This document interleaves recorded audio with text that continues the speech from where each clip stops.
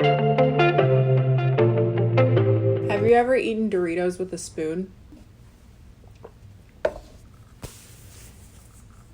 That's it. Hi everyone, it's Kendall here. If you're new around here, welcome. If you're not new around here, what is up, home skillet biscuit? And happy Saturday, it's movie night. For those of you that are new to the channel, Saturday is when I do a little something called Bad Movies in a Beat, the series on my channel where I talk about bad movies while putting my makeup on. But before we get started, have you ever said to yourself, I want to live my life as a walking, talking glazed donut? Then you should check out my skincare collab with Wishtrend. Our last video was a cute little announcement and walkthrough of the product, so if you don't know anything about that, be sure to check that out up above somewhere, or if you just want to skip the pretenses and all the flirting and stuff, you can just check it out down below in the description box. You're welcome, and your skin thanks you too. I sounded like Curtis Connor for a second there. Last week we watched Thanksgiving together, the story of a killer turkey that was arisen from native lands to kill white people every 500 years for Thanksgiving. If you haven't seen that video or any of the other videos for Bad Movies in a Beat, that'll be linked above in the Bad Movies in a Beat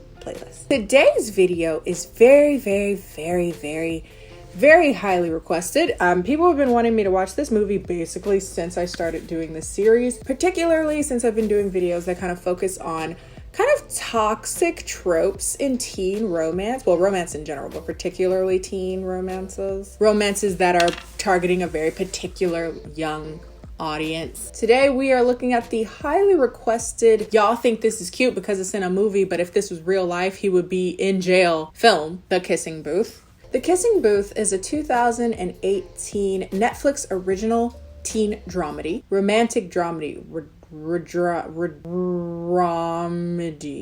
I'm sober, by the way. Now, knowing that this is a rom-com, particularly that's targeted towards teenagers, I knew that to expect certain tropes to arise. 1, cheesy, melodramatic acting. 2, unnatural, look at us, we are so teenagers, teenies, we do what teenagers do, dialogue and situation. And 3rd, and most importantly, a brooding hot 25-year-old teenager with a dark past and a violent temper, whose anger and toxic traits can only be assuaged by our main character because she loves him, and that matters.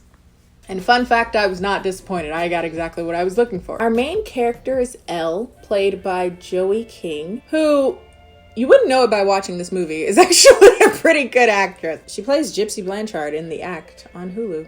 That's a good show. Don't use this as your meter stick for her talent. She's actually very good in that. She's gonna be kind of Edward Cullen, Rob Pattinson distinction. Like, he was awful as Edward, but that's because Edward was awful. Whereas him and everything else is just great because he's actually a great actor, but he didn't really have much to work with there. Anywho, Elle is best friends with Lee, who is the little brother of Noah, who is Elle's crush. You got it? I'm starting to wonder if all recent teen movies are literally just YouTube sketches with just a bigger budget. Like I said, Elle has a long-standing crush on Noah, her best friend's brother, who I couldn't even get into because he deadass looks like Logan Paul to me. The hair, the face. Low-key, every guy on the football team kind of looks like Logan Paul in this movie. Check it. Logan Paul, who looks like Jacob Elordi, who looks like Disney's Hercules, who looks like Kuwabara, who looks like Jake Paul, who looks like Buddy from The Incredibles, who looks like Johnny Bravo, who kind of sort of but not really looks like Joe Swanson, who really looks like Stan Smith, who also has a big chin like Kronk, who looks like Major Glory, who looks like the Crimson Chin. I made a TikTok.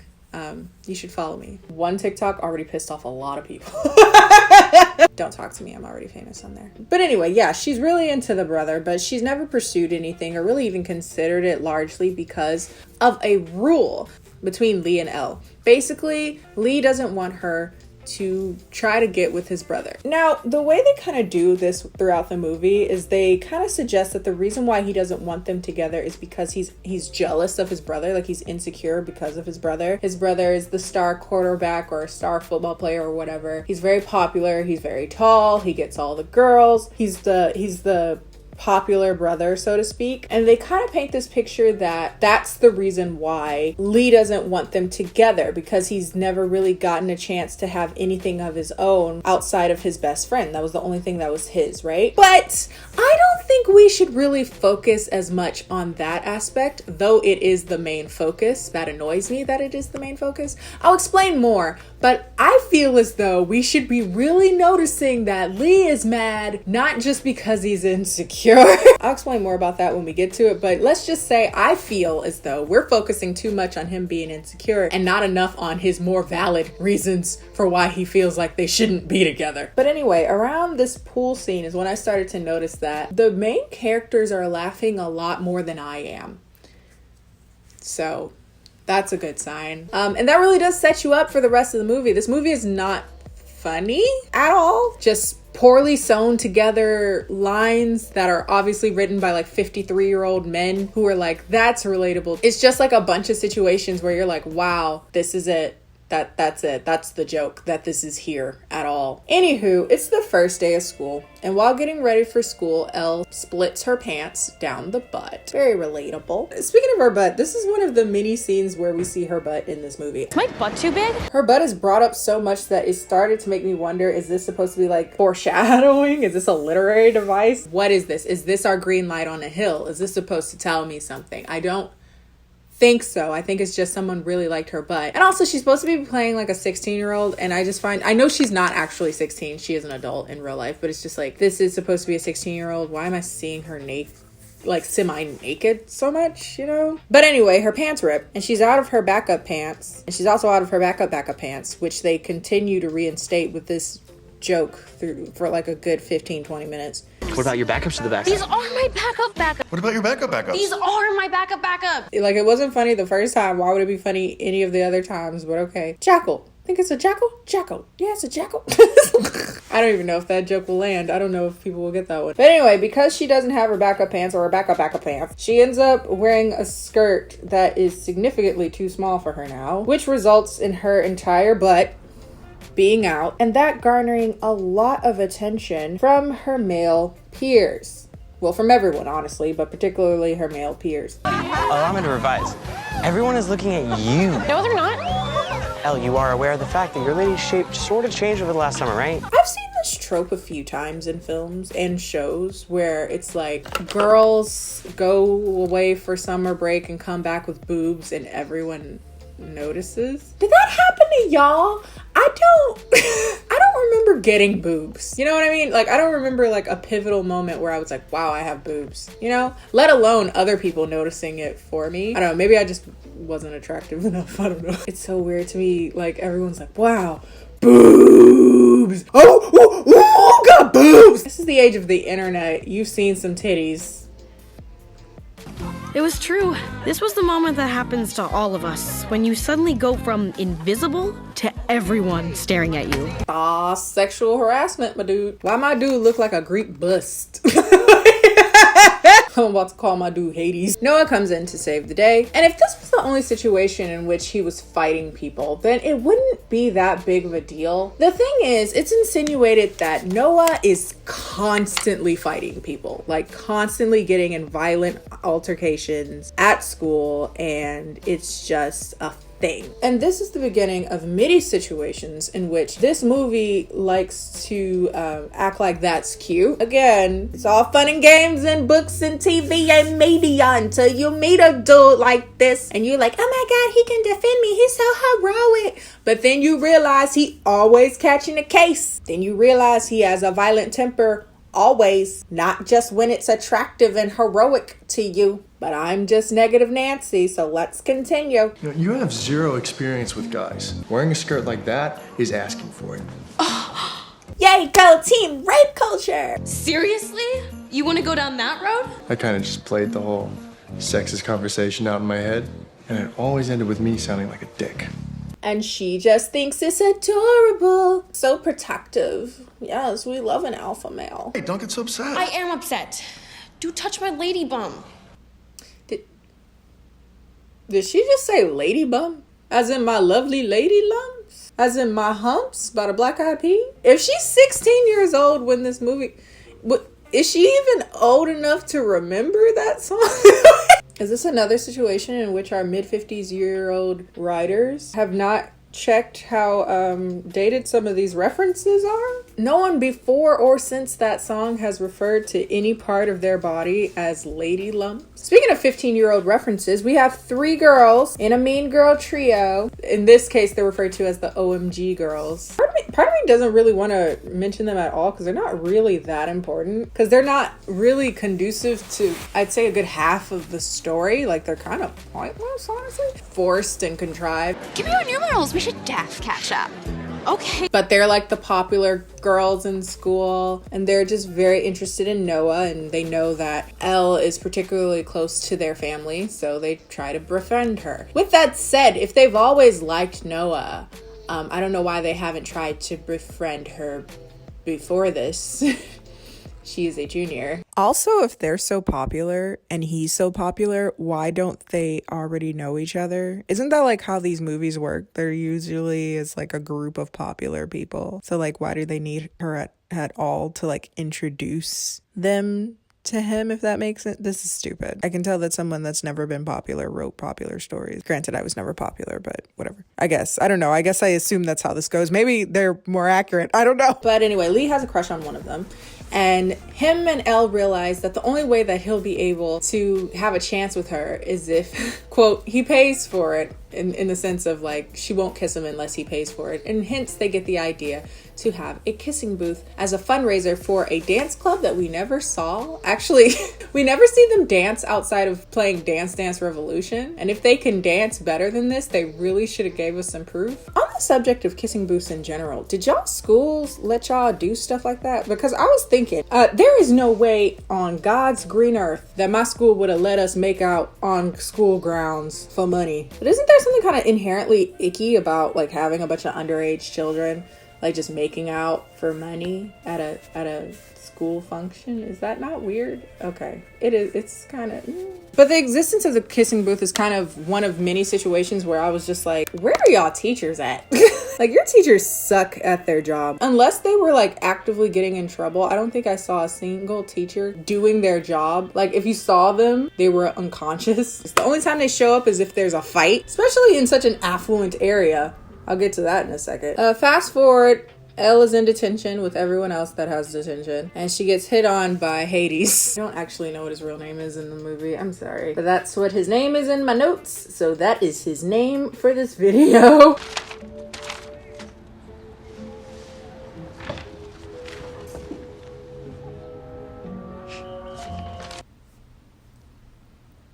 No, just no, like not. Like, he sends a "I'm sorry" note for sexually harassing you, and you're just like, oh, you. I'm making fun of it, but dead ass, that's probably what my insecure teenage ass would have did. Like, enjoying the attention instead of the blatantly inappropriate actions. Sippity sip, that's delicious. A dab of desperation, a little bit of existential crisis a la mode you shouldn't have. In an effort to show his apology, Hades dresses up in the skirt. Again, these teachers are very bad at doing their job. Why isn't everyone just left at this point? And also, why can't everybody fit that skirt? Hades ends up setting up a date with Elle. Elle's kind of nervous, so Lee gives her a little pep talk. If he can't see how completely baller you are, then he's not the right guy for you. I'm gonna dish out all this mental Rolodex and send in my pension. What do you mean no one said baller since Chingy was making music? Anyway, Elle gets stood up and she doesn't know why, but later Hades comes and tells her that the reason why he didn't come to the date was because he was told not to by Noah. Noah had threatened him to not ask her out. Told me that it wouldn't be smart if I showed up for a date tonight. He's been going around telling all the guys not to ask you out. And apparently Noah does this not necessarily to like protect her as his little sister or whatever. There's more of this vibe of like, yeah, I can't be with you, but I don't want anyone to be with you either. But more importantly than that, I think we really need to notice that instead of just going to her and being like, yeah, I don't think he's a cool dude, instead he uses violence. No boobs are worth a broken nose. He's literally catching fights for people to not ask her out as if that's a cute behavior. Bruh, are y'all letting this go because he's physically attractive? Like, would this not be creepy if he were ugly? Alright, okie dokie. Creepy is as creepy does, and it don't matter what it looks like. Anyway, fast forward, there is a little party over at Noah and Lee's really large house, and I need to know, why aren't more teenagers broke in these movies? Because it got me remembering when I was like a preteen, right before hitting that teenage years, when I was watching Drake and Josh, and I remember they would get in situations where like one of them would need $200, right? Where are you getting $200 from? And they would just have it. Are no teenagers broke? I just happened to think, I was like, what happened to broke teenagers? Do they not exist anymore? Like, is that more OMG Girls nonsense? I hate them all so much. Like, I really... Was Gucci. You're funny. I love this hoe. I love you. This is just a pet peeve of mine, but I really hate when people act too familiar with me when I just meet them. Especially like girls that do that whole, yes, bitch. It's like, but I just met you. I'm like, I'm not your bitch. Like, Thank you, guys. Sure. You can call us bitches. I'd rather not. Anyway, Elle gets really drunk at this party. Noah ends up helping her stop making a fool out of herself and again being partially naked. Oh my god! Can you please spit on my soul? I'm not pulling anything. Okay, well, my arm is caught. Let me just reach down and... Oh my god, I just touched it. I said stop wriggling. This is when I started to question if this was a Wattpad story. I don't know why I didn't question prior to this, because this whole story screams Wattpad to me. Lo and behold, it actually is a Wattpad story. It's like a sense. It's a skill. You think you got me? I've read my fair share of garbage, and you not gonna catch this one. I'm a veteran out here. Fast forward, there's this scene where they're playing in paint, and again, where are your teachers? Like, they would have wrung my ass dry at my high school if I would have done this. Is this what privilege looks like? Just wasting acrylic paint for whimsy? But anyway, Elle ends up mistakenly going into the boys' locker room when she was trying to wash her face from all the paint. Hi, it's me again. Why did she take her shirt off? Think about it. Why did she take her shirt off in this situation? The girl's blind, but the first thing she does is she says, I'm going to take my shirt off because that makes sense. Now put your shirt on and get out. Watch this, Noah Flynn. Let me show you I'm not someone to be played with, boy. Now shut up, boy.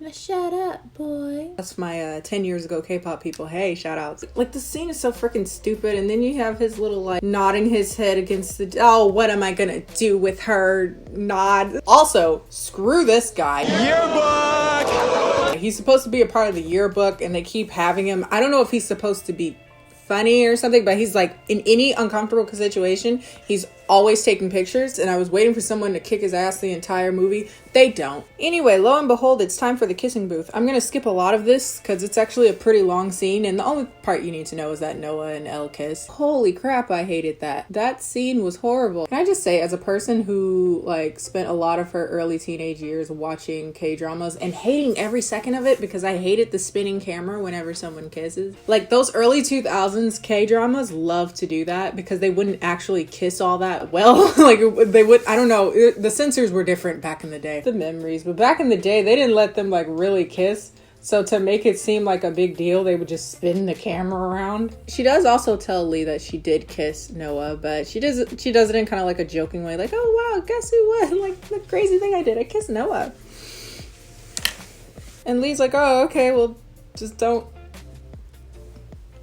bang my brother. But spoiler alert, that isn't what happens. Then they end up making out that same day in the rain. Also, I feel as though it is my responsibility as a tall woman to make this point real quick. Their height difference is pissing me off. I'm so tired of short ass friends of mine coming to me being like, oh, I only talk to guys that are 6'3" and above. You suck. You hear that, Faye? I'm talking to you, Faye. You suck. Love you. Their height difference is so clownish and stupid to me. He looked like his neck hurt. I would not date her simply because of that. I'm supposed to get like scoliosis just because I'm trying to smash? No. But anyway, I'm just salty and I also digress. Fast forward, they're having like a beach party or something and one dude gets really creepy with Elle. Guess what happens? There's another fight. Like, I get why he's angry. I get the situation. It's like, wow, that was infuriating. But my guy spears him. Speared! Speared! Strowman off the That was funny. Like, cause you know he couldn't breathe. I've actually been speared before. Long story. I have a lot of stories that y'all don't know. It will literally take your breath away. So that was hilarious. But Elle runs away and Noah's like, come here. And he gets like really forceful and aggressive. Please get in the car, Al. Get in the car, Al. I'm conflicted. I feel like a hypocrite because I didn't think he was hot, but I do get how this could be hot. I will out myself. I have moments where I take my woke hat off. I have to remind myself that life is not a movie. You can't just let anybody be dominant over you. You need to be careful because he might have a temper. And as we've seen as testament through the rest of the stories that yes, he does have a temper. So as cute as you think this is, he might be low-key abusive if this happens a lot in like real life. But none of that matters because Noah has fallen for her. But what do you think? Do you think I meant to fall for my brother's best friend? And that's what's important. Not his incredibly abusive tendencies. And because he's fallen for her, that solves everything. So now it's time to insert a penis into this story because that's of course how you solve all your problems. Shout out to After. And they end up having sex like under the Hollywood sign, as if that isn't a national monument that would be very highly secured. Where is the teachers? Where are the police? They have sex and Elle and Noah is like, yo, we can't tell anyone, especially not Lee, because he's not gonna be cool with it. And that's essentially what the next big chunk of the movie is. Them hiding their relationship from everybody, but particularly hiding it from Lee. Oh, and Noah gets into Harvard. There's no way that a person with as much of a decorated, violent history as Noah does would be accepted into Harvard, period. Like, that's just okay. Also, at no point is Noah referred to as incredibly intelligent. I feel like if he was Harvard smart, we should have known by now. And does Harvard give out football scholarships? Granted, he is very rich, so perhaps he's a legacy, and Lord knows that's all that matters. Anyway, they're in his garage, and Elle goes to reach for a wrench to help him out, and she ends up tripping and getting a little scar on her cheek. And he's like nursing her back to health, and she's like, why do you know how to dress wounds so well? And it's because he's always in a bunch of fights. Why do you get in all those fights anyway? I guess it's kind of just how I'm wired. But you know, we're all fucked up one way or another, right?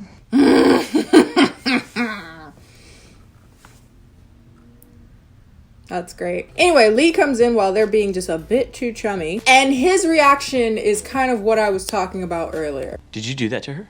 What did you just say? I said, did you do that to her? Did you hit Elle? Are we not going to acknowledge that his knee-jerk reaction was that he hit her? The fact that his knee-jerk reaction was, did he hit you, tells us a lot more than I feel like they're alluding to. He has a history of violence, enough that he had to go to like counseling and get that talked about with like anger issues. And his brother is concerned that he hit her. You really think that I would hit her? Well, I wouldn't put it past you. Girl?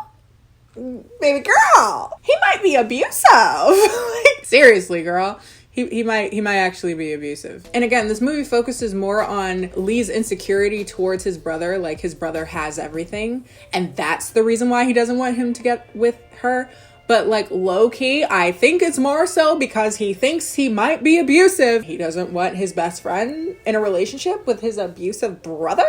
Priorities, my guy. Like, anyway, Lee catches them kissing. Dun dun dun, ding a ding a ding. She has no clue what she's gotten herself into with you. Ding a ding a ding. Did nobody notice his word choice? He said, quote, what? She has no idea what she has gotten herself into. Can you like stop thinking with your hormones? Like, stop thinking with your vagina for just a second. But anyway, they get in a fight. Shocker. They fight. They make up. They go to prom. The camera guy is applauded for his work as opposed to being a voyeuristic asshole. Also, you telling me that your teachers and principal was totally cool with you just posting photos from parties where girls were stripping to the banners of your prom? Noah shows up, does the whole public confession of love thing. Oh my god, how cute and original. This might just be me. If a guy did this, I would be so freaked out. I feel like A love confession is so private. Like whenever I see a movie do these like in the airport, in public, on TV, like confessions, that feels really gross to me. It feels very manipulative to me. Maybe that's just because I'm jaded. But I guess it's supposed to be like they were so secretive up until this point. So it's like this is him saying like to the world, I love you, whatever. But she's like, I can't do this. I've hurt too many people loving you and like whatever. Spoiler alert, soon thereafter she gets over it. Yo, I love him. And like, I need you to support me, Lee, because if you can't, then we just can't be friends. And Lee's like, okay, I'll support you, even though I think this is a bad idea. There's this weird scene where she thinks that Lee is in the car, but it's actually Noah. Like Noah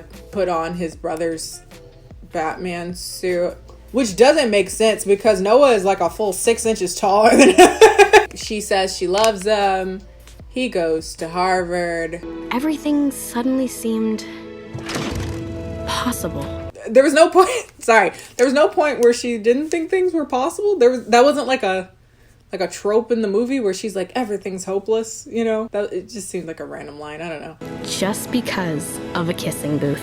From what I hear, there's supposed to be a sequel. Oh, joy. But actually, I'm not opposed to a sequel because I want to see him be abusive, but I don't think that's what's going to happen. It would make sense to me if he like came back and they got in a relationship and it showed like how toxic his traits really are. I don't know if I'm just getting super desensitized to these movies. It was toxic, yeah, but like no more than any of the others. I don't really get what makes this one so particularly bad. Like, have y'all seen the first few minutes of The Notebook? Like when the dude is threatening to kill himself if she doesn't go on a date with him? That's your favorite movie. That's your girlfriend's favorite movie. Like, I feel like I need to have a scale or something, like a 1 to Christian Grey. Yes, on the toxic scale, I'd give this a good 6. I've seen more. I've seen less. You know, it's pretty toxic. But with that said, I would like to end this movie with just a little proposition, an idea, a query, if you will, for filmmakers out there that make these types of movies. People are flawed. I get that. I'm not expecting characters to be perfect and not have any toxic traits. They are human. We all have some. But I'm just saying, can we just get a trope where men, even if they have toxic traits, decide to fix them because they want to fix them and not because they were quote unquote fixed by a woman? I mean, even if they're inspired to fix themselves because they love a woman, that's still different from a girl like reining him in and taming the beast. It sounds cute and women eat it up. I've done it for years. Did it for a very long time. But my concern is, again, that I've talked about in other videos. Women love this idea of being able to tame the beast, but I'm just concerned that when you're talking to teenagers who don't really have the life experience to say, hey, this doesn't work all the time. I'm concerned that we're just teaching a whole generations of women that like it's their job to tame the beasts, even though that puts them in dangerous, compromising situations. Just a thought. That's all for today, folks. If you like this video, be sure to like this video. Follow me on all my social media, Instagram, Twitter, and apparently TikTok, all of which are Kenny JD. If you guys have any more suggestions for bad movies in the beat, be sure to put those down in the comments section. Again, if you want to check out my skincare collaboration with Wishtrend, that'll be linked down below and also up somewhere on this screen probably. And I'll see you guys next time. Bye.